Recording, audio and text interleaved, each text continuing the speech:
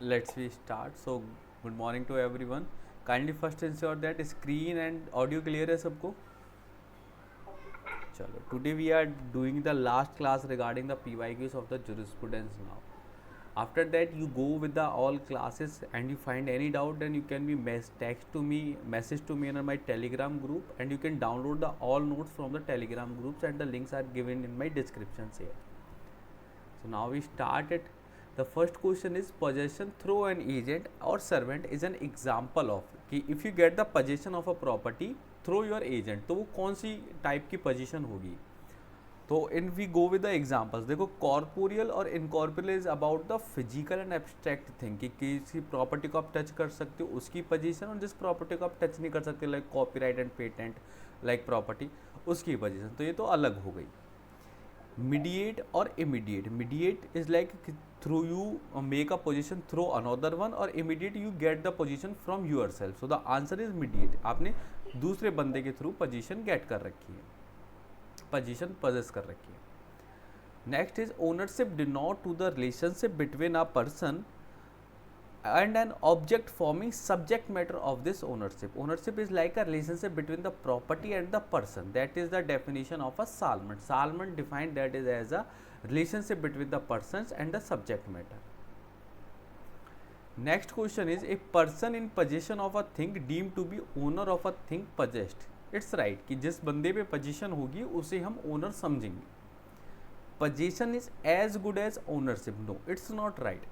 Position जो है 9 marks out of the 10 of ownership तो है कि अगर किसी के पास पोजीशन है तो हम ये समझेंगे कि ये 90% तो यही ओनर होगा, पर ये नहीं समझेंगे कि पोजीशन का मतलब ही ओनरशिप हो गया.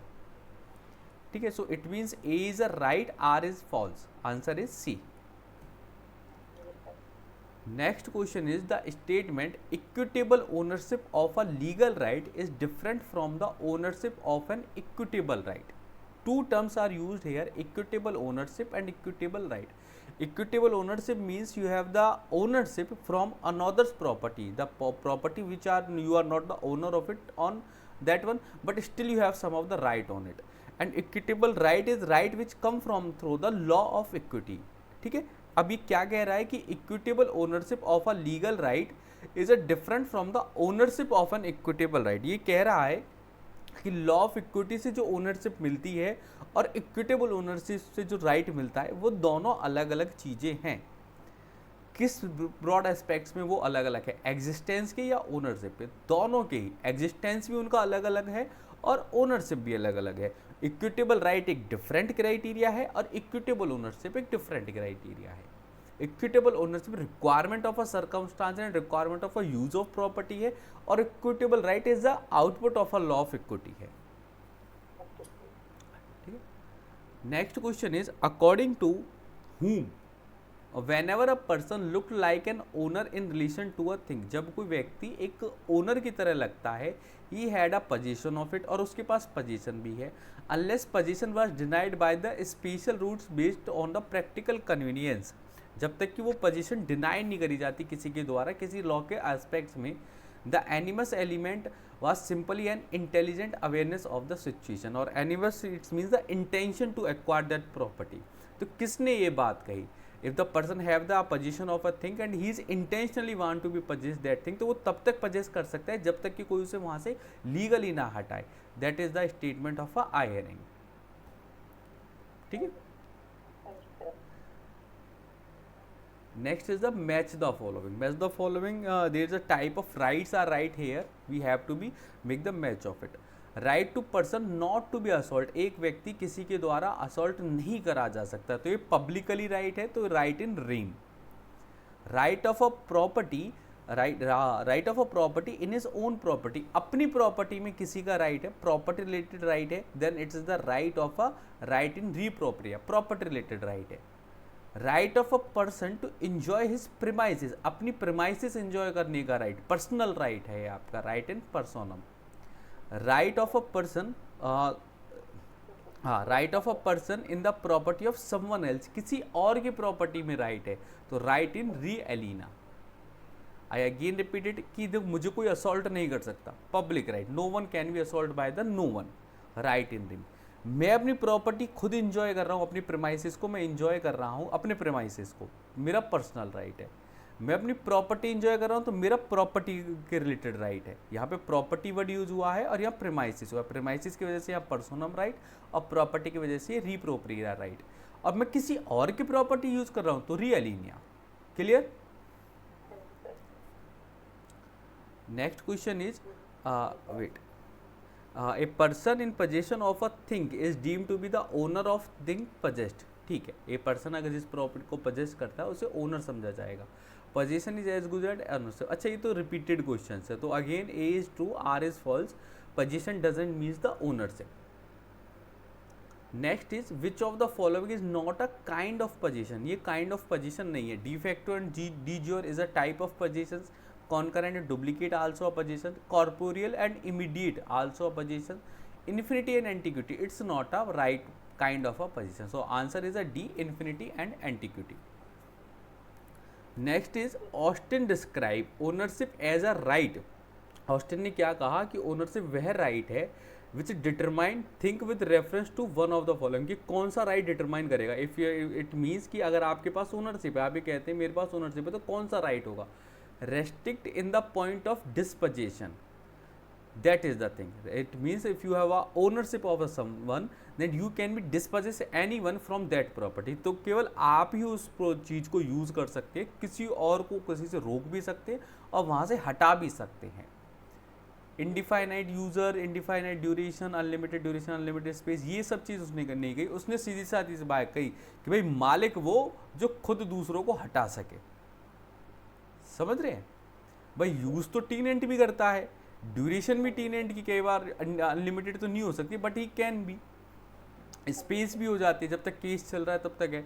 लेकिन हटा एक दूसरे को तभी सकते जब आपके पास कंप्लीट ओनरशिप है, as per the Austin. Next is possession is a prima facie evidence title of the ownership. Hence possession क्या है? Possession is the prima facie evidence of ownership. Possession कब एक एविडेंस के रूप में यूज करा जा सकता है ओनरशिप के टाइटल के लिए? जब आप long adverse possession confer the title even to the property which is ordinary belong to the another.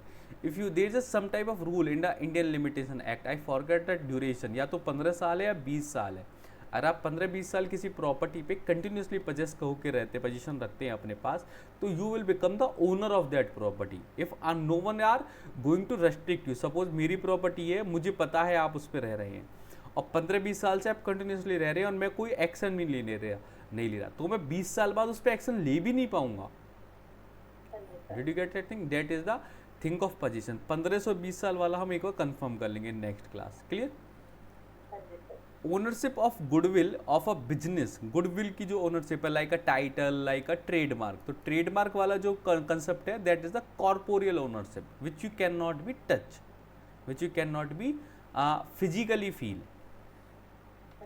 ठीक है? Who defined the possession to gain possession, to gain possession a man must stand certain physical relation to the object, rest of the world must have the certain intent। आपका physical relation है उस property के साथ, that is the defined by the Holmes. Holmes says that possession means you have a physical relationship with the object. Clear? Next is person of inheritance is the owner of right. जिस व्यक्ति को inheritance के through property मिलती है वो owner माना जाता है। Inheritance is the means to ownership. Inheritance एक रास्ता है ओनरशिप लेने का। Both are right and one and two, one is the correct explanation of a 2, 2 is the correct explanation of a, so the answer is A। clear? चलो 2 questions और बचते हैं हमारे। Who among the following stated the postmodernism is notoriously ambiguous concept, कि वो किसने कहा कि जो postmodernism जो है वो कुछ नहीं है, वो एक बेकार का कंसेप्ट है। that is defined by the Lloyd। it's completely right। Modernism देखो, अगर हम आज जी रहे हैं सपोज टुडेज टाइम, तो मेरे लिए हर कुछ जो रोज नया मिल रहा है वो मॉडर्निटी का ही तो कंसेप्ट है, वेस्टर्नाइजेशन या मॉडर्नाइजेशन का ही कंसेप्ट है कि भाई चीज़ों में डेवलपमेंट हो रही है, चीज़ें ग्रो कर रही हैं, नई न्यू थिंग्स आ रही हैं, इन्वेंशंस हो रहे हैं, एक्सप्लोरेशंस के नए मीडियम्स आ रहे हैं। तो दैट इज द मॉडर्निज्म। अब मैं ये कहूँ कि पहला मॉडर्निज्म तो ये है, इसके बाद कुछ और आएगा वो मॉडर्निज्म होगा, नहीं, वो आने वाली जनरेशन के लिए मॉडर्निज्म होगा। तो जो कुछ नया आ रहा है वो सबके लिए सिमिलर नया ही है, ठीक है। इस नए से मैं आने वाले का तो अंदाजा नहीं लगा रहा, तो फ्यूचर में प्री पोस्ट कुछ नहीं होगा, समझ रहे हो आप। हिस्ट्री तो हो सकती है एंशिएंट, मेडिवल, ब्रिटिश हिस्ट्री तो हो सकती है ऐसी। प्रेजेंट तो प्रेजेंट है, प्रेजेंट भी प्री पोस्ट नहीं हो सकता। समाउ ये कह सकते हैं कि नियर बाय फ्यूचर का आप ध्यान में रख लें, लेकिन पोस्ट प्री फ्यूचर नहीं हो सकता, तो फ्यूचर ही है। तो that is given by the Lloyd. Next is sustainable development goals committed to provide. Sustainable development goals ने क्या कहा कि हम क्या क्या प्रोवाइड करेंगे। Universal access of affordable and reliable modern energy services, ये उन्होंने कहा था। Improving the share of renewable energy, ये भी उन्होंने कहा था। Doubling the energy efficiency in 2030, ये भी कहा था। Protection of ocean and wetland, ये उसके गोल्स है, ठीक है। जो उसने कमिटमेंट करा है कि जो हम पाएंगे वो तो ये है कि ये सारी चीज़ें हमें कंप्लीट करनी है। प्रोटेक्शन ऑफ ओशियन और वेटलैंड तो लाइफ टाइम चलेगा, इट्स नॉट लाइक दैट कि आज हमने प्रोटेक्ट कर दिया कल नहीं करेंगे, ये तो जीवन भर का साथी है।